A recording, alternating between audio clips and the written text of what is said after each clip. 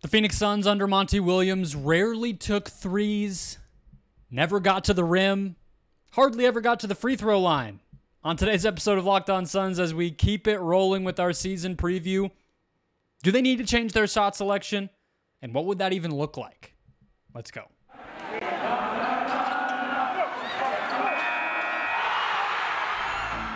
You are Locked On Suns, your daily Phoenix Suns podcast. Part of the Locked On Podcast Network, your team every day.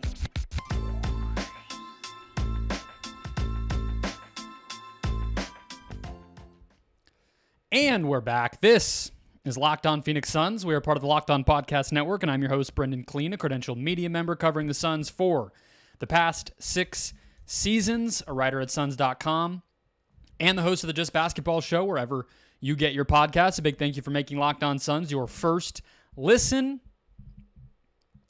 here on this Wednesday. We're keeping it rolling with our season preview. We are daily again. We're free and available everywhere, including YouTube, wherever you find your podcasts. So just hit follow or subscribe. Get the show in your feed every Monday through Friday. From here through free agency in 2024.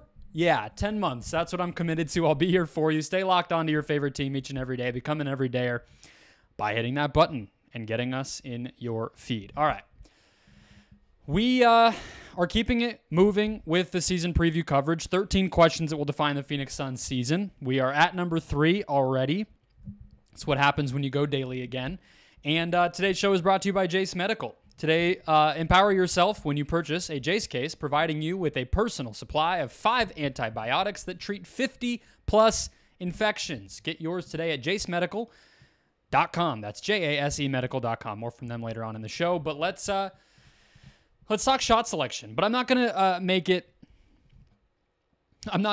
ugly and unglamorous and boring. Promise. All right. I have some real concrete things to talk about because, look, this was a big criticism of the Suns for years. They somewhat addressed it last year by hitting the offensive glass. You know, that's obviously a way to juice your at-rim attempts. But at the end of the day, the Suns were 18th in three-point frequency and last in the league in rim frequency. And that rim frequency in particular, even with the offensive rebounding stuff that I just talked about, it went up a tick, but it was still last in the NBA.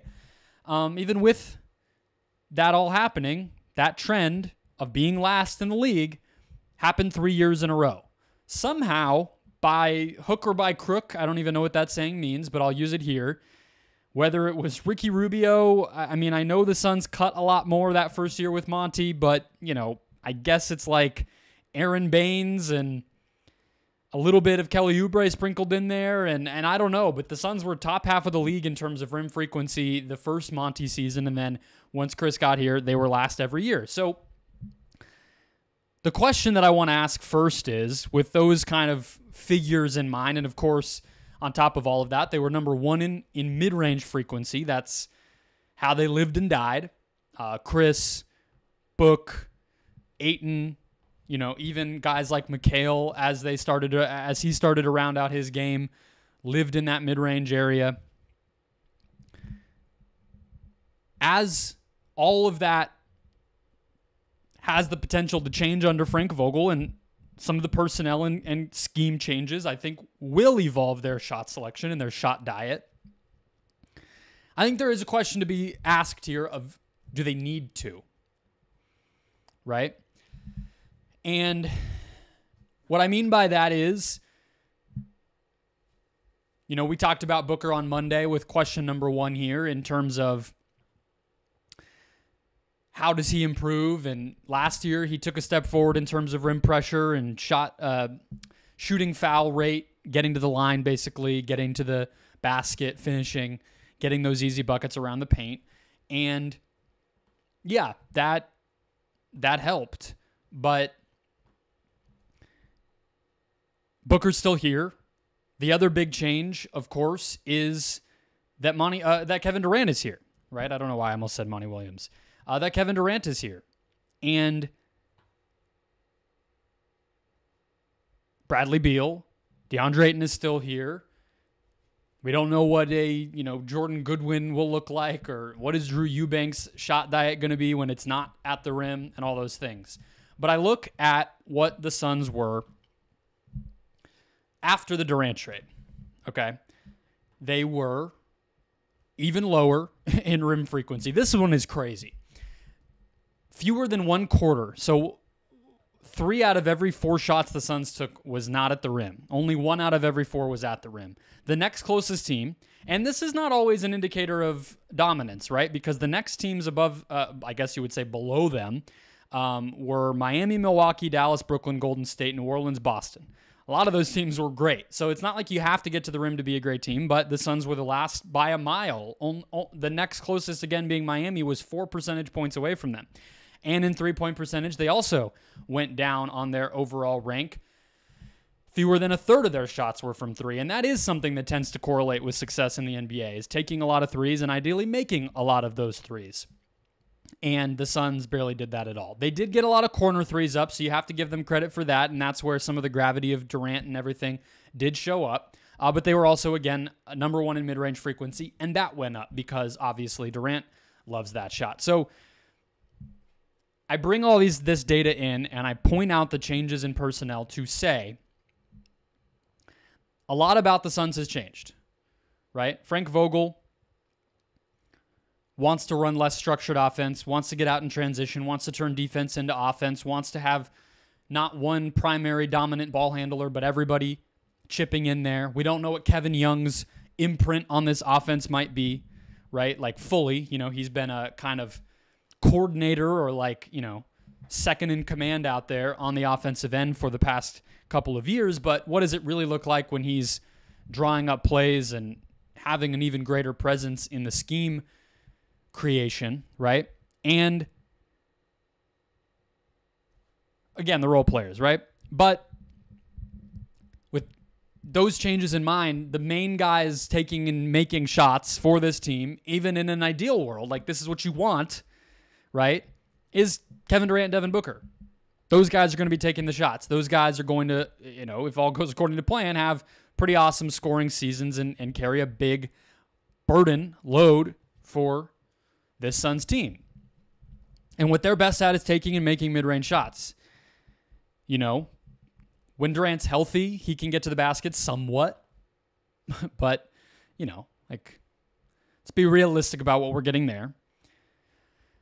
I think that there will continue to be a little bit higher that Booker can go in terms of getting to the basket. I think having the ball more often, just think, right? Like a lot of the time, we'll talk about this more in the next segment, but a lot of the time when he's off ball, he's getting the ball coming away from the basket, a down screen or a pin down or, whatever it might be. Momentum is carrying him toward the 3-point line. That's not what you want, right? If you're trying to get to the basket. But Durant last year, even though he's a great athlete, even though when he's healthy and athletic, he can kind of, finish well. Like 15% of his shots came at the basket when he was in Brooklyn last year and 8% when he was a Sun. That's in the bottom 5% of all NBA players in terms of frequency. So, and we know Beal, over the course of the last couple of years, has veered inside the arc more and more. I think that one can change. And again, we'll talk about the how next. But the question is, should the shot diet change, right? Does it need to? And I think you can probably guess where I'm going, considering I'm doing a whole episode. It'd be kind of weird if I started with, no, it doesn't need to change. It's all good. But I think the need for it to change is actually less than maybe when the Suns were running things through Chris Paul and Devin Booker, because their best players are better, right? I mean, just Kevin Durant is better than Chris Paul at their ages, probably at any age, and Bradley Beal is better than Mikal Bridges as an offensive player, right? If you're going like second best, third best down the line of how the Suns roster has evolved. So they're better than those guys, and they're better at the harder shots than those guys. So in and of itself, it's like, you might say last year when Chris Paul is clanking a lot of those mid-range jumpers, but still taking them, it's like, well, yeah, they got to figure something else out here. Who can step up? What can they do? But now, if Durant is making those, Beal is making those, Booker is making those, 3 is better than 2. A rim attempt is still always going to have a higher likelihood of going into the basket than a mid-range attempt. But on the whole, over the course of possession after possession, game after game, over the course of a season, a series, a postseason, it might even out. And I think the main area that they need to improve and that they can improve is the three-point shot. Because the Suns' best players are also better at making those than they were. Chris Paul didn't like to take them. Mikal wasn't ever as high of a volume guy in that capacity as we might have liked. Jay Crowder was inconsistent. Cam Johnson could never stay on the court. Landry Shamet never quite made enough shots to fulfill his potential as a specialist there. But Durant is a killer shooter, maybe one of the best in the history of the game. Booker's always been a good shooter, especially when he gets a spot-up opportunity. He's gotten better at pull-ups. And Beal, I believe, we'll talk about it tomorrow more. We're doing a whole Beal episode, but I think he can evolve and take more and make more. So that's one, and the role players are better at shooting. So we'll talk about next what it will look like. The short answer, it needs to change. It needs to become a more efficient shot diet, but not as much of an evolution as we might have thought before. Let's dive into the how next. First, today's show brought to you by Jase Medical. You heard me talk about them before, and they are an exciting new sponsor we really are thrilled about because the Jase case, which is their primo product, provides 5 life-saving antibiotics for emergency use. So think about it like a obvious, we all have little containers around the house, right? We all have our first aid kits. We got the Band-Aids, we got whatever, but all it takes to get a Jase case is to fill out a simple online form, maybe jump on the call with a board-certified physician that they have, and get ongoing care from those physicians on any treatment-related questions. But the biggest thing is, it's not just that typical first aid kit, right? It is something more dynamic, something more specific, and again, it's antibiotics. It is medication, basically, and you are in contact with doctors. You are getting stuff that you really need, but you're getting it in bulk. You're getting it in a quicker, more efficient package. Don't be caught unprepared. Everyone should be empowered to care for themselves and their loved ones during the unexpected, and Jase handles everything from online evaluation to licensed pharmacy medication delivery and ongoing consultation and care. All right? We have a customer review saying they received the same package the same day they got a sinus infection when the doctor was out of town. No appointments for days, but they were able to get it through Jase. You know, a lot of these for specialty medications, but not a lot for everyday stuff. Jase Medical and their Jase case solves that problem. Save more than $360 by getting these life-saving antibiotics with Jase Medical, plus an additional $20 off by using the code LOCKEDON at checkout on jasemedical.com. That's JASE medical.com. Keeping it rolling, let's talk about how the Suns offense can evolve. And I hope, you're all along for the ride on the shot selection stuff. I'll throw Kevin Durant and Devin Booker in the title and maybe, get some extra listeners. It's not the sexiest topic, but it matters here. And if you've been a long-time fan of this team, you've been a long-time listener, you know this narrative is out there, right? The Suns aren't going to be able to keep up. And really, against both Dallas and Milwaukee in 21 and 22, you would say it was the rim attempts that screwed the Suns. So maybe I'm not making a big enough deal about that when I'm talking about the how of really how it changes. But you had, it was rim and free throws. And that I will talk about the free throws. But that's the deal, right? The Giannis Antetokounmpo and Luka Doncic, the two teams that were able to beat the Suns, the two star players that were able to beat the Suns, they just lived on inside. They got to the basket. They drew fouls. They made it hard. They got the big men that the Suns put out there into foul trouble, all these different things, right? And you were watching the Suns try to mid-range their way out of that, and it just wasn't going to work. Against Denver, it's a little less clear, right? I think Denver can score from all three levels. I think that the Nuggets really won the possession game was a lot of it. I don't know if the Nuggets series, and you can go back and listen to Tuesday's episode where I talked about Denver, but when I kind of look at all of that and factor in what we talked about in the last segment with the way that the personnel has changed on the top of the roster as well as the depth, and I try to think about how it could change, keeping in mind that the three-point stuff is the most feasible because the Suns' best players and their role players all are better shooters than they were in the previous incarnation of this team. That's going to go a long way. But let's talk about the other part of it, which I think is the free throw percentage, right? And this is just what happens when you have star players, right? Like this one doesn't maybe involve quite as much squinting or imagination to figure out how it can get better for Phoenix, right?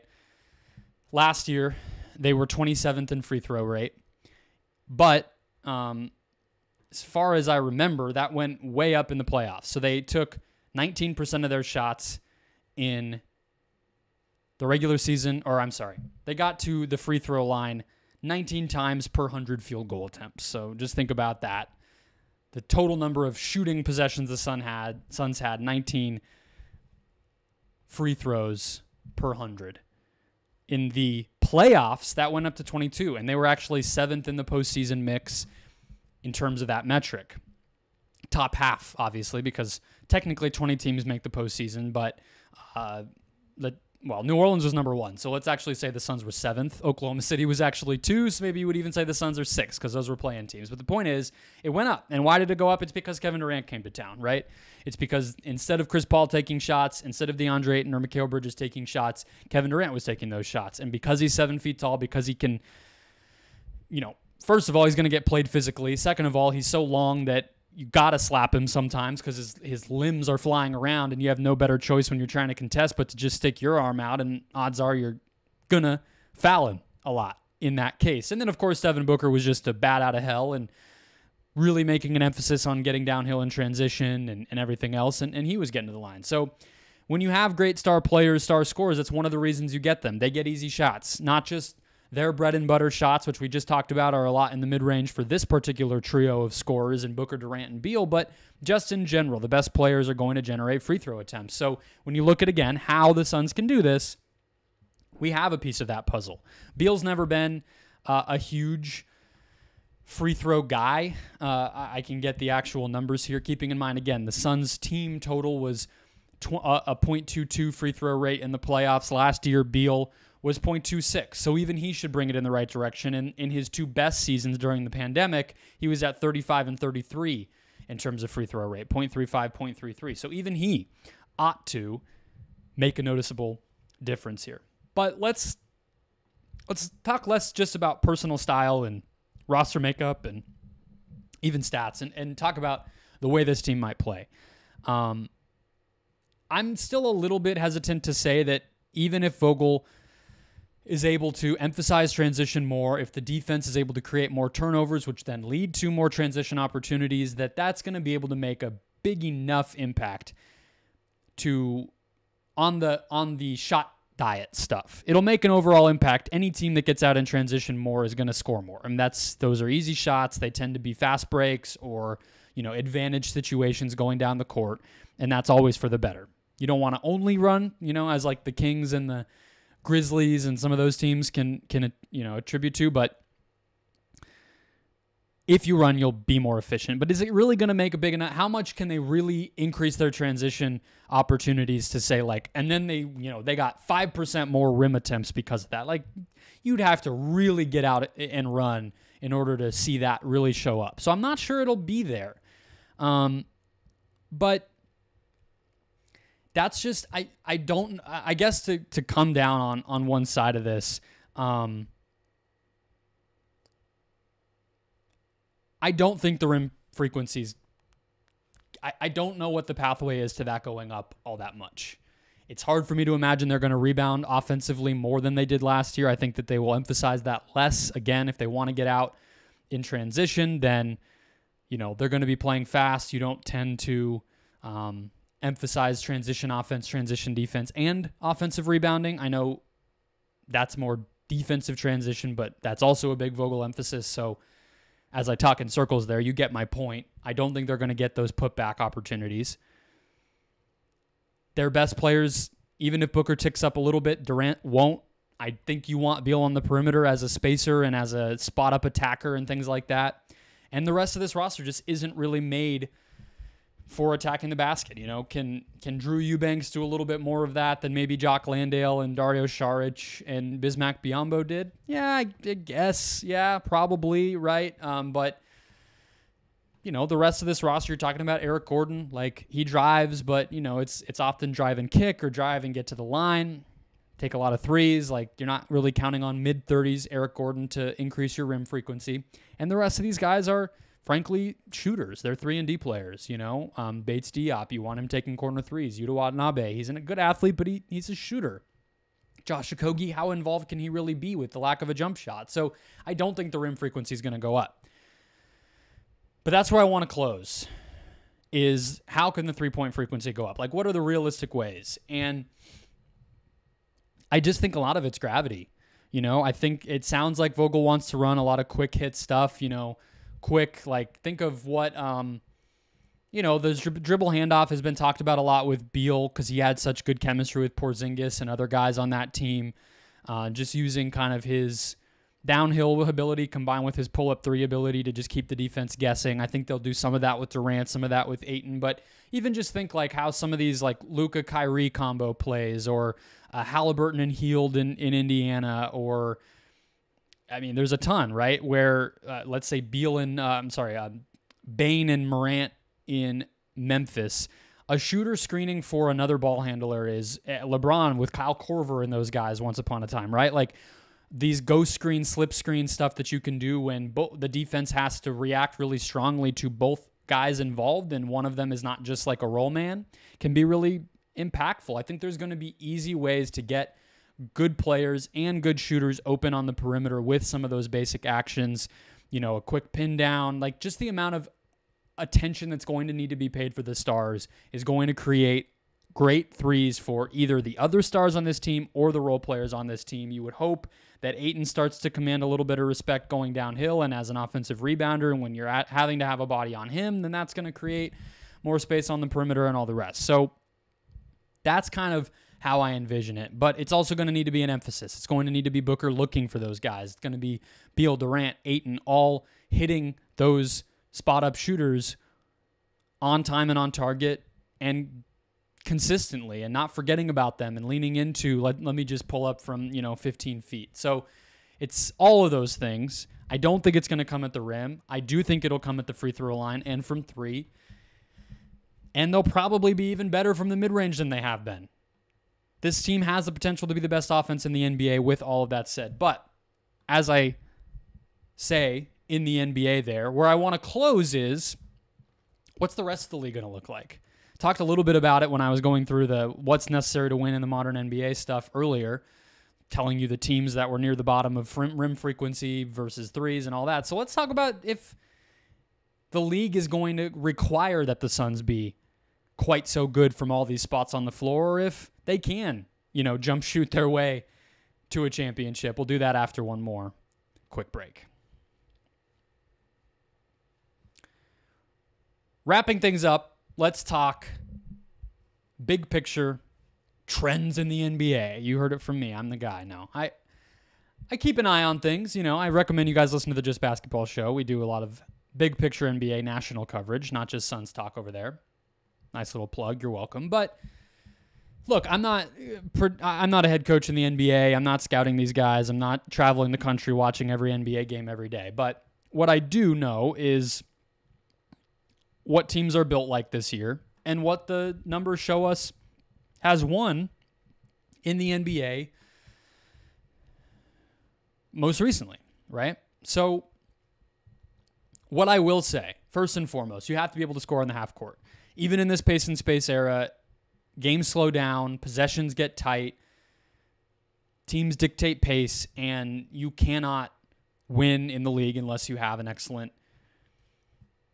half-court offense. You have to have ways, whether it's individual creation, whether it is set design, whether it is spacing. It's usually a combination of all three. I'd say running sets is probably the least necessary version of that, which I guess, a little bit of a feather in Vogel's cap that he wants to run less. Maybe you could say that's a good thing. But point is, right, you have to have it. You have to have all of it, and you have to score in the half court. But as far as where the shots come from, let me tell you the top teams by effective field goal percentage last year. That is just basically the teams that put the ball in the basket the best. Denver was number 1. They were 6th at rim in at-rim frequency, 18th in mid-range frequency, and 22nd in three-point frequency. They also did get to the line at a Let's see. Where are they?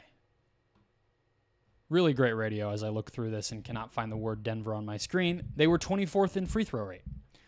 So really they just got their baskets at the rim, and that carried them. The Sacramento Kings were the best offense in NBA history by offensive rating, just pure points per 100 possessions. They obviously juiced that a little bit by how much they ran, but their points mostly came from deep. They ran, and then when they were in the half court, they got offensive rebounds sometimes by Sabonis. They had a really great mid-range shooting season from De'Aaron Fox, although no one else on the team really took those. And then they put up a bunch of threes. They were 6th in the NBA in three-point rate. Golden State, number 1 in three-point rate, but really, really low in rim and mid-range. So another team that just chucked threes, maybe to their detriment, but that was their recipe. Dallas, 4th in effective field goal percentage. They took a bunch of threes as well and were in the bottom 5 in both at-rim frequency and mid-range frequency. So again, chucking threes. Boston, very, very similar. Bottom 5 in both rim and mid, but chucked up threes. So let me look at free throw rate for those teams. Boston was 22nd. Dallas was, with Luka, at number 7. Golden State was, as they always are, very, very near the bottom, second to last. And I think I already said Boston 22nd. So it would lead you to believe that great individual creators plus a bunch of threes and maybe, something a little bit fluky like offensive rebounding or transition dominance, that's your recipe. You don't have to be great at all three. You don't have to even be great at the rim. You do have to have capable players who take and make threes, and you have to get to the free throw line, and you have to have, again, star-level creators. As I look at the Suns roster, they have all of that. Right? Those are the things I just highlighted. It's almost like I might have done that on purpose. But I would imagine James Jones did it on purpose too. And so to answer question number 3 in our 13 questions preview series here, how do the Suns take the right shots, right? That's kind of the basic elementary school way of saying what I'm talking about here. They play through what they do best. They emphasize the three-point line, try to make gains with Booker operating more with the ball and getting out in transition a little more. Use their role players and star players who all are great three-point shooters, and then hope that Booker, Durant, and Beal do what they've always done, which is create efficient shots in spots that other players can't. It's working for a lot of teams around the league. The Suns are set up to take advantage of it, and that's all you can hope for. That'll wrap us up. Question number 3 in the books. We'll have Steven from, I think it's Pridgeon, of Bright Side of the Sun and CHGO and a bunch of other places. Great NBA analyst, great basketball analyst, to talk about Bradley Beal tomorrow. Really deep dive on what his role should be and how he can maximize it. So that'll be question number 4. And we'll close out the week with Aaron Edwards talking probably about Matt Ishbia, because I love that topic. So hit follow, subscribe, get the rest of this preview series as well as camp, preseason, and regular season coverage in the not-too-distant future just by hitting follow or subscribe and support the show that way. Also, just get great content. Forget supporting me. You just get to listen to awesome shows every day. That's the real point. All right, I'll talk to you guys tomorrow.